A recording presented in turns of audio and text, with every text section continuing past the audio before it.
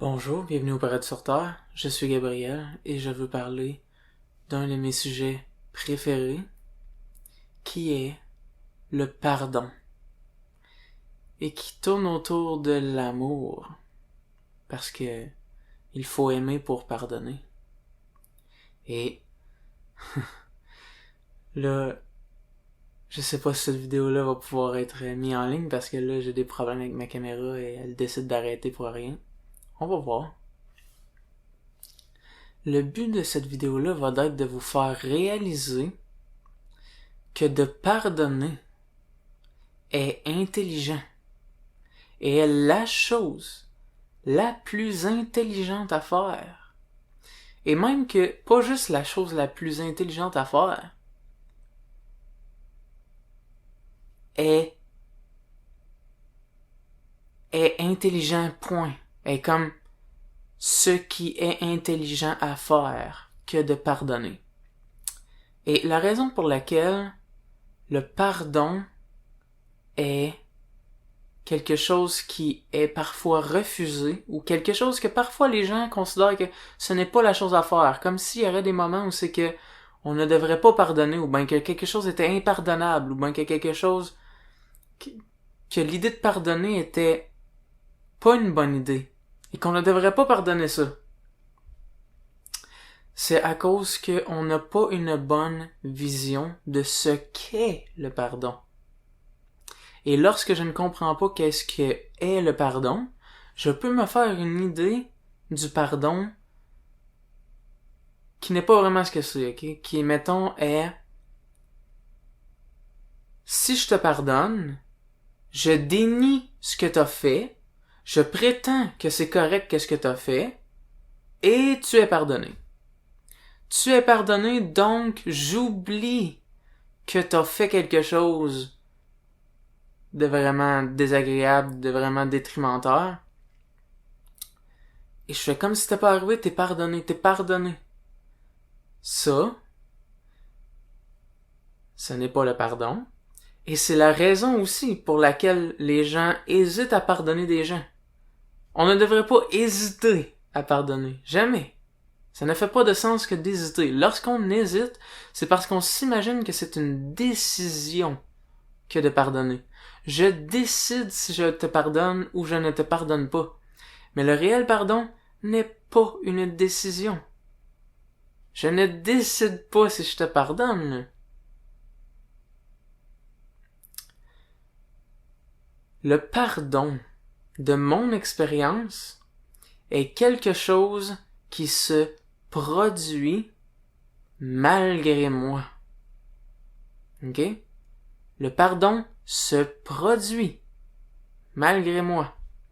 Et qu'est-ce qui fait que je produis le pardon? Ce qui fait que je produis le pardon, ok, est je me mets à la place de l'autre jusqu'à ce que je comprends pourquoi il est comme il est. Je comprends pourquoi il en est arrivé à faire ce qu'il fait ou ce qu'il a fait. Et là, ma compréhension, c'est comme si mon intelligence et ma compréhension englobent sa personnalité et son état émotionnel, son état d'être, qui il est, jusqu'à ce qu'à un moment donné, il y a un déclic qui se fait à l'intérieur de moi. Il est pardonné. Il est pardonné parce que j'étais dans un état avant où je ne comprenais pas pourquoi il faisait ce qu'il faisait. Demande à quelqu'un, ok? Demande à quelqu'un qui a de l'aversion pour quelqu'un d'autre. Demande à quelqu'un qui n'a pas pardonné quelqu'un. Dis-y, pourquoi est-ce que cette personne-là est comme ça? Je te garantis, ok, ça va tourner dans les alentours de 2 réponses. 1, je ne sais pas pourquoi il est comme ça. 2, ils vont te dire pourquoi il est comme ça, mais ça va être un jugement ou une insulte. Il est comme ça parce qu'il a pas d'allure. Il est comme ça parce qu'il devrait pas faire ça. Il est comme ça parce que blablabla, peu importe, ça va être une insulte ou un jugement Pourquoi? Parce qu'il ne comprend pas pourquoi il est comme ça. Si je n'ai pas pardonné quelqu'un, je ne comprends pas pourquoi il est comme ça. Si tu peux être bien clair sur ça, ok?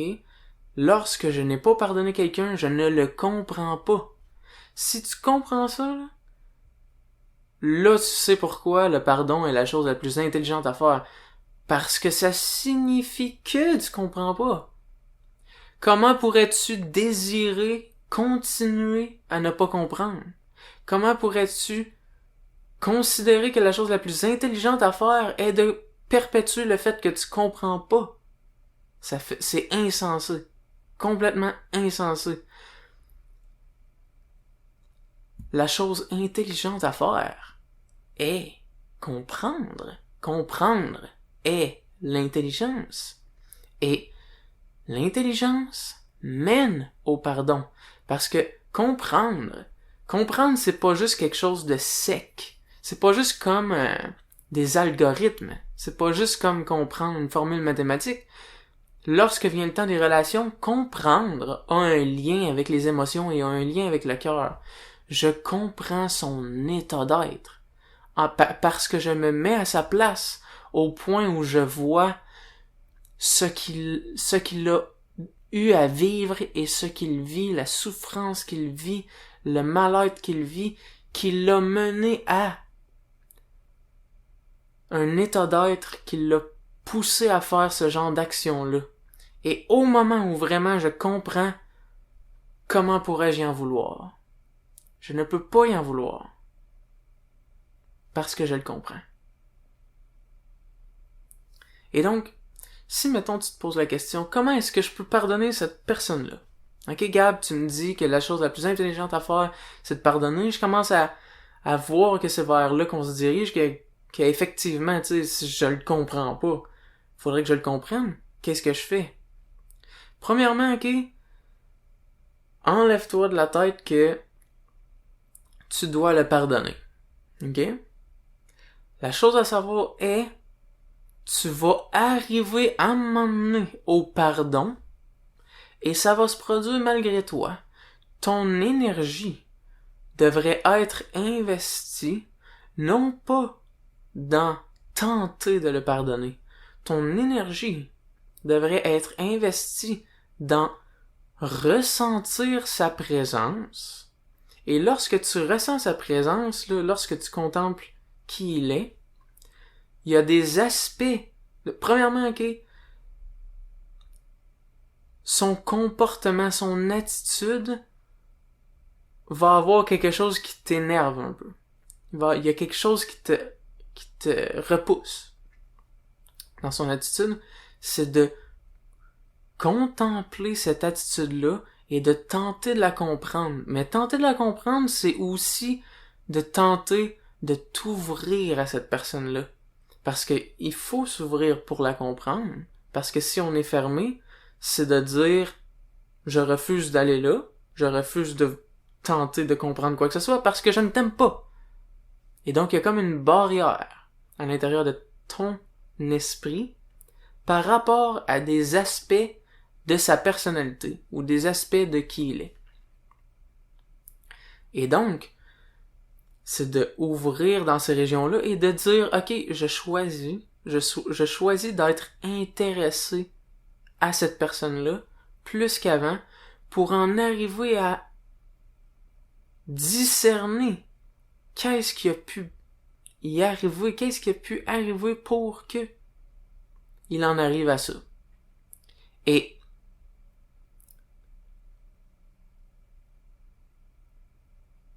tant et aussi longtemps, ok, ça c'est comme le barème, ok, le barème est tant et aussi longtemps que je ne comprends pas pourquoi il a fait ce qu'il a fait ou il est comme il est, c'est signe que je n'ai pas encore compris pourquoi cette personne-là est comme ça, je n'ai pas encore assez ouvert, je ne me suis pas encore assez ouvert. Peut-être même, ok, ça implique de communiquer avec cette personne-là puis lui poser des questions, peut-être. Peut-être pas nécessairement, peut-être que juste contempler. Mais en passant, le pouvoir de votre esprit est très fort et vous êtes capable, ok, sans la présence de quelqu'un, d'arriver à le connaître plus qu'auparavant. OK?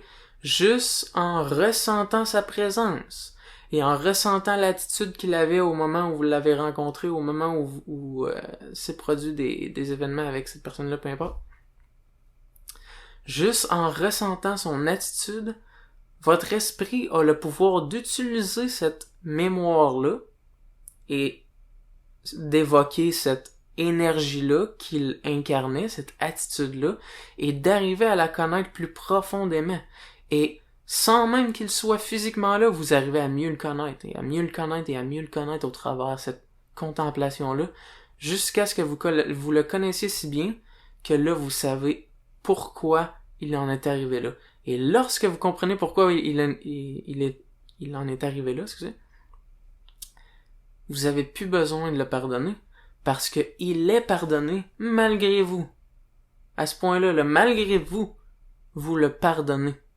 Parce que lorsqu'on comprend quelqu'un, ce qui se produit est un genre de reversement de tous les comportements désagréables et détrimentaires et abusifs que quelqu'un peut avoir et négligents. Plutôt que d'avoir de l'aversion pour ce genre de comportement-là, notre aversion se transforme en compassion. Parce que lorsque je comprends, la compassion devient presque automatique. Parce que quelqu'un qui est abusif, qui est négligent et tout ça, lorsque je comprends pourquoi il est comme ça, automatiquement, là, je vois sa souffrance. C'est sûr que je vois sa souffrance. Parce que je ne le comprendrais pas. Je ne peux pas comprendre un comportement négatif, un comportement méchant, si je ne vois pas la souffrance derrière ce comportement. Donc, dans tous les cas, les comportements détrimentaires, abusifs, négligents, portent de la souffrance en arrière d'eux. Et lorsque je ne les comprends pas, je ne vois pas cette souffrance-là. Et donc, lorsque je vois la souffrance, là, je commence à avoir de la compassion. Parce que je me dis, cette personne-là, tout d'un coup, là, je dis pas, elle mérite ça, elle mérite ça. Au contraire, je vais commencer à dire, elle mérite pas ça. Elle mérite mieux que ça. Elle mérite de sortir de cette souffrance-là. Parce que là, je commence à faire les liens. Puis les liens sont, si cette personne-là ne souffrirait pas, elle n'aurait pas fait ça, elle ne ferait pas ça, elle ne serait pas comme ça. Elle serait fort probablement quelqu'un d'absolument merveilleux. Parce que tout le monde est merveilleux lorsque il ne souffre plus. Et tout le monde a la capacité à devenir quelqu'un de méchant et vraiment désagréable sous la pression d'énormes souffrances. Et même toi, si tu te considères quelqu'un de très respectueux, quelqu'un de très gentil, quelqu'un de très bienveillant et bien intentionné, si tu en viendrais à vivre d'énormes souffrances, et peut-être dans une situation où tu n'es pas capable, tu sais, plus de souffrance que ce que tu es capable de gérer, peut-être que ça t'amènerait à avoir un comportement que même toi, tu te regarderais et tu dirais, voyons, comment ça je suis comme ça, comment ça je traite les autres comme ça, c'est pas moi ça. Et on peut dire qu'effectivement c'est pas toi. Cependant, tu exprimes ce comportement-là. Puis ça peut te faire voir, wow, d'autres gens qui expriment ce comportement-là n'auraient peut-être même pas envie d'exprimer ce comportement-là eux-mêmes. Peut-être que eux-mêmes n'ont pas envie d'agir comme ça. Peut-être que eux-mêmes n'ont pas envie de dire ce qu'ils disent. Peut-être que eux-mêmes n'ont pas envie de faire ce qu'ils font. Et tentent d'arrêter de faire ce qu'ils font, mais sont pas capables. À cause de la pression et la gravité de la souffrance dans laquelle ils se trouvent. Qui les pousse. Qui est quasiment une genre de tentative de changer le mal de place. c'est une genre d'agitation puis une compulsion, une tentative de sortir de cette pression-là puis de pas savoir comment. Puis à un moment donné, il y a des idées qui lui viennent de si je me venge, ou ben si je fais ça à quelqu'un, peut-être que là, je vais me sentir mieux. Puis peut-être pas. Donc tu vois, le pardon, c'est la chose la plus intelligente à faire. Et le pardon ouvre ton intelligence. Parce que en pardonnant les gens, du moins en faisant un peu le processus que j'ai expliqué, non seulement ça t'amène à avoir une paix par rapport à tous ceux qui te dérangent, mais aussi dépendamment de la situation dans laquelle tu te trouves, ou plutôt comme dépendamment de ce que tu entreprends dans la vie, ça va changer vraiment beaucoup aussi ce que tu entreprends dans la vie. Mettons, peu importe le domaine dans lequel tu te trouves, ça va affecter aussi ta manière de te comporter dans ce domaine-là. Parce que, étant plus ouvert aux autres, tu vas avoir un désir d'aider. Parce que mieux tu comprends les situations des autres et les souffrances des autres, plus tu veux les aider à en sortir. Et ça stimule ta créativité. Mais ta créativité, pas juste dans le sens bien des couleurs et bien de l'art, mais ta créativité dans le sens créativité jumelée à rendre service et aider.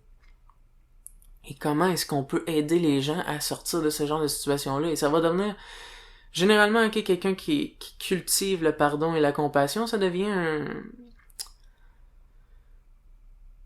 quelque chose qu'il intègre à lui que de vouloir aider les gens à sortir de leur souffrance de peu importe la manière. Et juste au travers de leur attitude devient une attitude propice à aider les autres à sortir de la souffrance. Ils sont respectueux, ils sont ouverts, ils sont attentifs, ils sont réceptifs, ils sont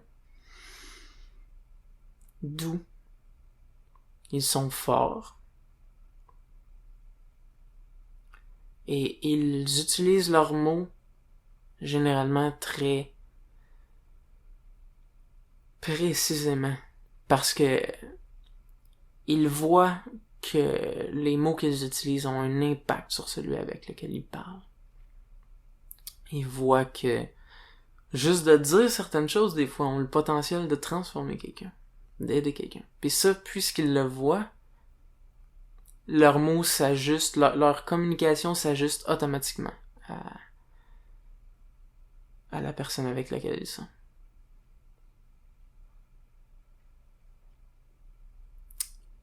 Donc voilà pourquoi le pardon est important à ce point-là.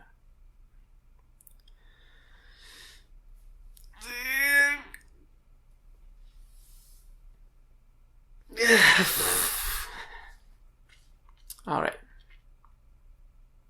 Si t'aimes la vidéo, fais le like. Si t'aimes pas la vidéo, fais le like. Si tu veux plus de vidéos de ce genre-là, abonne-toi à ma chaîne.